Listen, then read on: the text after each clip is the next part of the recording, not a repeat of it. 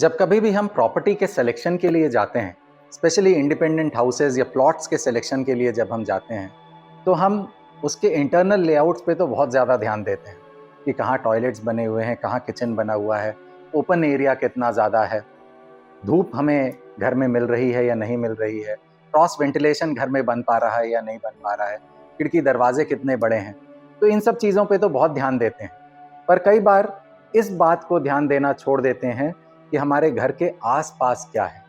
क्या हमारे घर के आसपास कोई पार्क है, कोई वाटर बॉडी है, क्या घर के आसपास कोई स्कूल हॉस्पिटल बन रहा है, क्या घर के आसपास किसी तरह का शमशान घाट या कोई नेगेटिव एनर्जी का सोर्स हमारे घर के आसपास है। इन सब बातों को कई बार हम भूल जाते हैं ध्यान देना, और जिसके कारण हम बड़े प्रॉब्लम्स में फंस जाते हैं।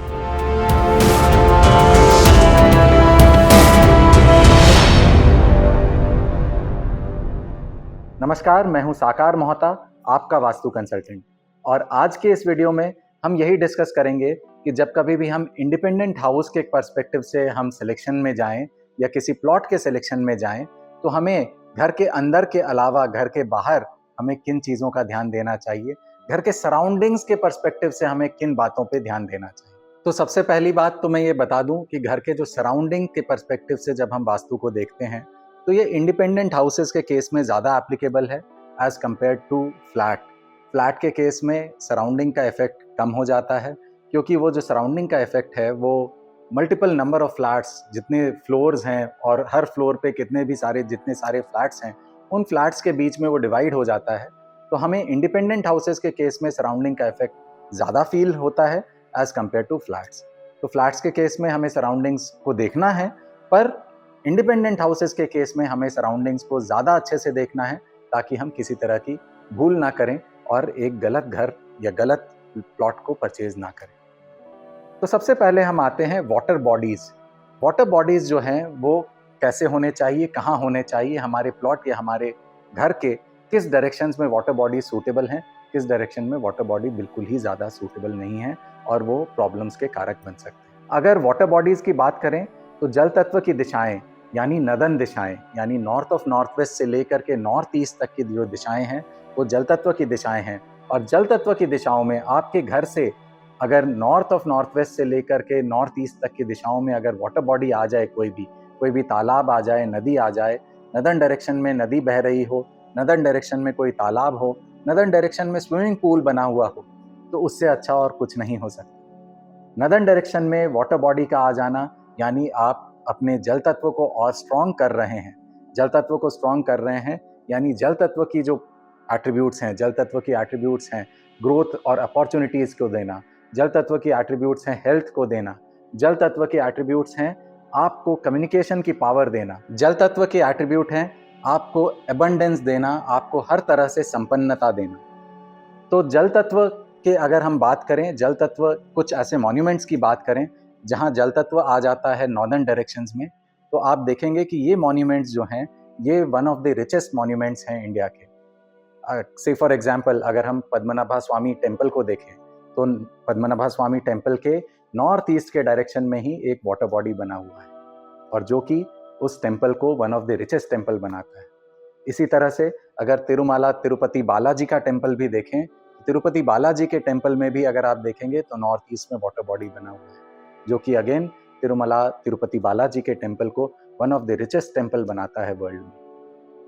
ताजमहल को देखें तो ताजमहल के नदन डायरेक्शन से यमुना नदी बह रही है। तो ताजमहल भी जो है वह देश का वन ऑफ द मॉन्यूमेंट्स है जो मैक्सिमम विजिटर्स को अट्रैक्ट करता है, जो मैक्सिमम टूरिस्ट को अट्रैक्ट करता है। आज के डेट में जो मैक्सिमम फॉरेन विजिटर्स हैं, फॉरेन टूरिस्ट हैं, वो ताजमहल बिना देखे इंडिया से नहीं जाते हैं। तो ताजमहल भी जो है वह एक प्रॉस्परस मॉन्यूमेंट है। ताजमहल जो है मैक्सिमम टूरिस्ट को अट्रैक्ट कर रहा है, अबंडेंस को अट्रैक्ट कर रहा है, अपॉर्चुनिटीज़ को अट्रैक्ट कर रहा है। और यह सब कुछ पॉसिबल हो पा रहा है क्योंकि इन तीनों जो मैंने एग्जाम्पल्स लिए, इनके नदर्न डायरेक्शन में वाटर एलिमेंट है, इनके नदर्न डायरेक्शन में वाटर बॉडीज़ हैं जो कि वाटर एलिमेंट को और स्ट्रॉन्ग कर रही हैं। ऐसे ही अनगिनत एग्जाम्पल्स आपको देखने को मिलेंगे। कई आपको बंगलोज देखने को मिलेंगे जहां लोगों ने नॉर्थ के डायरेक्शन में, नॉर्थ ईस्ट के डायरेक्शन में स्विमिंग पूल बनाया है और वह एबंडेंस को अट्रैक्ट कर रहे हैं। तो न्यूमरस एग्जाम्पल्स आर देयर। आप आपको यह ध्यान जरूर देना है जब भी आप इंडिपेंडेंट घर देखें कि अगर आपके नॉर्थ या नॉर्थ ईस्ट के डायरेक्शन में, नदर्न डायरेक्शन में, नॉर्थ ईस्ट के डायरेक्शन में अगर वाटर बॉडी आ रही हो तो यह आपके लिए बहुत ही अच्छा है और ऐसे प्लॉट्स को, ऐसे घरों को आपको छोड़ना नहीं चाहिए। वहीं वाटर बॉडी अगर ईस्टर्न डायरेक्शंस में भी आ रही हो तो वह भी टू सम एक्सटेंट बहुत ही अच्छा है। नदर्न डायरेक्शंस बेस्ट है वाटर बॉडीज के लिए। उसके बाद अगर ईस्टर्न डायरेक्शंस में भी वाटर बॉडीज आ रही हो तो कोई दिक्कत नहीं है, आप ऐसे घरों को ले सकते हैं। पर वहीं वेस्टर्न डायरेक्शन और सदर्न डायरेक्शंस में अगर वाटर बॉडी आ रही हो तो ऐसे घरों को हमें बिल्कुल नहीं लेना है।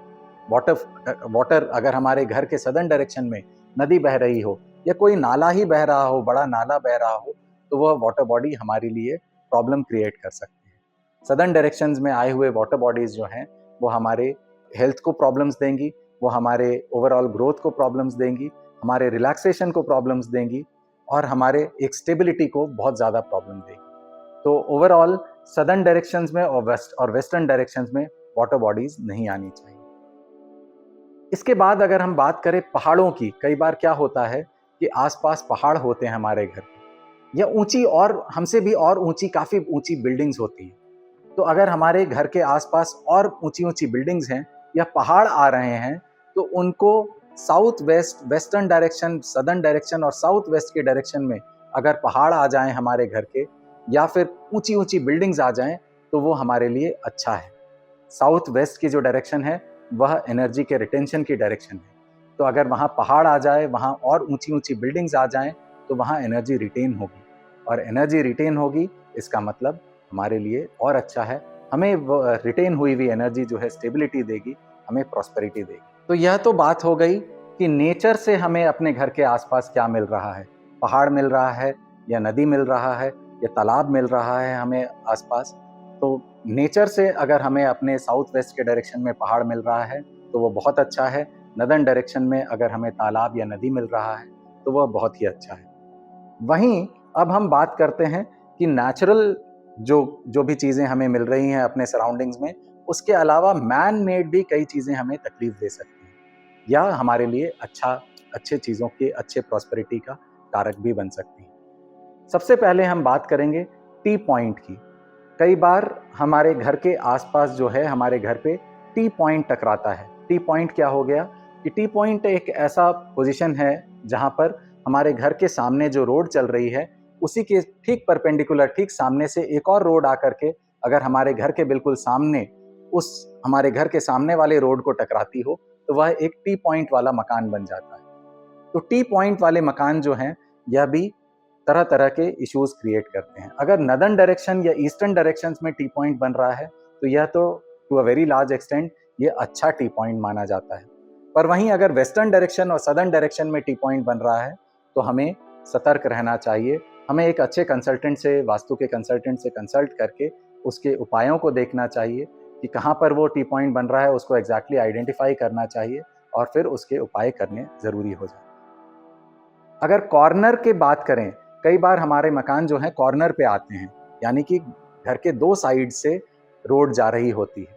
तो ऐसे जो मकान होते हैं यह भी, अगर नॉर्थ ईस्ट के डायरेक्शन में कॉर्नर पे अगर हमारा मकान आ रहा है, नॉर्थ ईस्ट में कॉर्नर पॉइंट बन रहा है, दो तरफ से रोड जा रही हैं और वह नॉर्थ ईस्ट के डायरेक्शन में है, तब तो वह बहुत अच्छा है।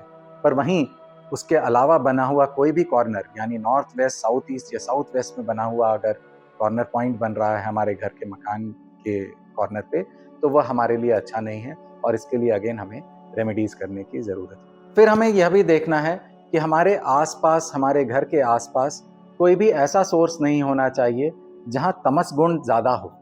जैसे फॉर एग्जाम्पल हमारे घर के आसपास शमशान घाट नहीं होना चाहिए, हमारे घर के आसपास मंदिर, मस्जिद या गुरुद्वारा, कोई भी एक वर्शिप करने की जगह नहीं होनी चाहिए और हमारे घर के आसपास साथ ही कोई हॉस्पिटल नहीं होना चाहिए। अब आसपास का क्या डेफिनेशन है? एक तो बिल्कुल एडजेसेंट तो 100% नहीं होना चाहिए, पर अगर हमारे घर के, से फॉर एग्जांपल हमारा घर है, बीच में रोड है और दूसरे तरफ ही कोई हॉस्पिटल पड़ता है, तो हमें यह चेक करने की अगेन ज़रूरत है कि वो हॉस्पिटल की एनर्जीज जो है वो हमारे घर तक ना पहुंच रही हो। हॉस्पिटल की एनर्जी एक पेन की एनर्जी होती है। लाइकवाइज मंदिर, मस्जिद, गुरुद्वारे में तमस गुण ज़्यादा होता है। वहाँ की एनर्जी में एक ऐसी एनर्जी होती है जहाँ लोग शांत फील करते हैं और ऐसी एनर्जी हम अपने घरों में नहीं चाहते हैं। हम अपने घरों में एक सत्वगुण एनर्जी चाहते हैं, जहाँ की एक रोज़मर्रा की ज़िंदगी में ठहराव ना रहे, एक फ्लो रहे, ताकि जो है हमारी एनर्जीज जो हैं वो एक फ्लो में रहे और हमारी ज़िंदगी एक फ्लो में चलती रहे। तो हमारे घरों में तमस गुण की एनर्जी ना रहे, इसके लिए यह ज़रूरी है कि हमारे घर मंदिर, मस्जिद, गुरुद्वारे या किसी भी प्लेस ऑफ वर्शिप से थोड़ी दूरी पे रहे। और इसी तरह से हमारे घर के आसपास कोई बड़ा स्कूल या कॉलेज भी नहीं होना चाहिए। कोई बड़ा स्कूल या कॉलेज में भी जो है एनर्जी की मिश्रण है वो अलग तरह की होती है, जो कि हम चाहते हैं कि हमारे घरों में वैसे स्कूल या कॉलेज वाली एनर्जीज हमारे घरों में ना रहे। तो हम ये मेक श्योर करें कि जब भी हम घर के सिलेक्शन के लिए जाएं तो सबसे इम्पॉर्टेंट, हम अंदर का लेआउट तो ज़रूर देखेंगे घर का, पर उसके साथ साथ सराउंडिंग्स को ज़रूर देखें। अगर कोई भी वाटर बॉडी आ रही है तो वह नदर्न डायरेक्शन में आए, कोई पहाड़ आ रहा है तो वह सदर्न या वेस्टर्न डायरेक्शन में आए, अगर कोई भी पार्क आ रहा है या ओपन एरिया आ रहा है तो वह नदर्न डायरेक्शन या ईस्टर्न डायरेक्शंस में आए तो बहुत ही अच्छा है। हमारे घर के आसपास किसी तरह का शमशान घाट, कोई भी स्कूल, कॉलेज या कोई भी प्लेस ऑफ वर्शिप यानी मंदिर, मस्जिद, गुरुद्वारा नहीं होना चाहिए, और किसी भी तरह का शमशान घाट हमारे घरों के आसपास नहीं होनी चाहिए। अगर हमारे घर के किसी साइड में टी पॉइंट बन रहा है तो हमें अगेन देखना है कि वह टी पॉइंट किस डायरेक्शन में बन रहा है, और हमें एक प्रॉपर वास्तु कंसल्टेंट से कंसल्ट करके उस टी पॉइंट का उपाय करना है। अगर कॉर्नर का प्लॉट है, हमारा कॉर्नर का घर है, हमारे घर के दो तरफ रोड्स जा रही हैं, तो अगेन हमें देखना है कि वह कॉर्नर किस डायरेक्शन में कॉर्नर बन रहा है, और अगेन अगर नॉर्थ ईस्ट के डायरेक्शन को छोड़ करके किसी भी और डायरेक्शन में कॉर्नर पॉइंट बन रहा है तो उसे अगेन हमें उसकी रेमेडीज करवानी है। एक वास्तु कंसल्टेंट को कंसल्ट करके उसकी रेमेडीज ज़रूर करानी चाहिए। तो यह थी कुछ बातें जो हमें ध्यान में रखनी चाहिए कि जब भी हम किसी प्लॉट के सिलेक्शन में या किसी इंडिपेंडेंट हाउस के सिलेक्शन में जाएं तो हम ध्यान दें कि हमारे सराउंडिंग्स में क्या क्या चीज़ें हैं। हमारे सराउंडिंग्स की चीज़ें जो हैं वो हमारे घर के वास्तु को, हमारे घर की एनर्जीज को बहुत ज़्यादा इफेक्ट करते हैं, और इसीलिए इन पर ध्यान देना बहुत ज़्यादा ज़रूरी है। जितना ध्यान हम अपने घर के अंदर के लेआउट पर दे रहे हैं, उतना ही ध्यान हमें आसपास के सराउंडिंग्स पे भी देना बहुत ज़रूरी है। और अगर सराउंडिंग्स हमारा इन प्रॉब्लम्स, जिन बातों को हमने डिस्कस किया, इन प्रॉब्लम से अगर दूर है, इन प्रॉब्लम्स को फेस हम नहीं करते हैं अपने सराउंडिंग्स में, तो यह बहुत ही अच्छी बात है। और अगर हमारे प्रॉपर डायरेक्शंस में प्रॉपर अच्छी चीज़ें, जल तत्व की डायरेक्शंस में वाटर बॉडी आ रही है, साउथ वेस्ट के डायरेक्शन में अगर पहाड़ आ रहे हैं, ऊंची ऊंची बिल्डिंग्स आ रही हैं, तो नथिंग लाइक इट। ऐसे घरों को हमें 100% सेलेक्ट करना चाहिए, ऐसे प्लॉट्स को हमें 100% तुरंत सेलेक्ट कर लेना चाहिए। आशा करता हूँ आपको मेरी यह वीडियो पसंद आई है, आपको कुछ इन्फॉर्मेशन मिली है जो कि आपको मदद करेगी जब भी आप कभी भी प्लॉट के सिलेक्शन में या इंडिपेंडेंट हाउस के सिलेक्शन में जाएं। अगर आपको यह वीडियो पसंद आई है तो प्लीज़ इसे लाइक करें, मेरे चैनल को सब्सक्राइब करें, ताकि ऐसी और इन्फॉर्मेशन आप तक पहुंचती रहे। Thank you so much.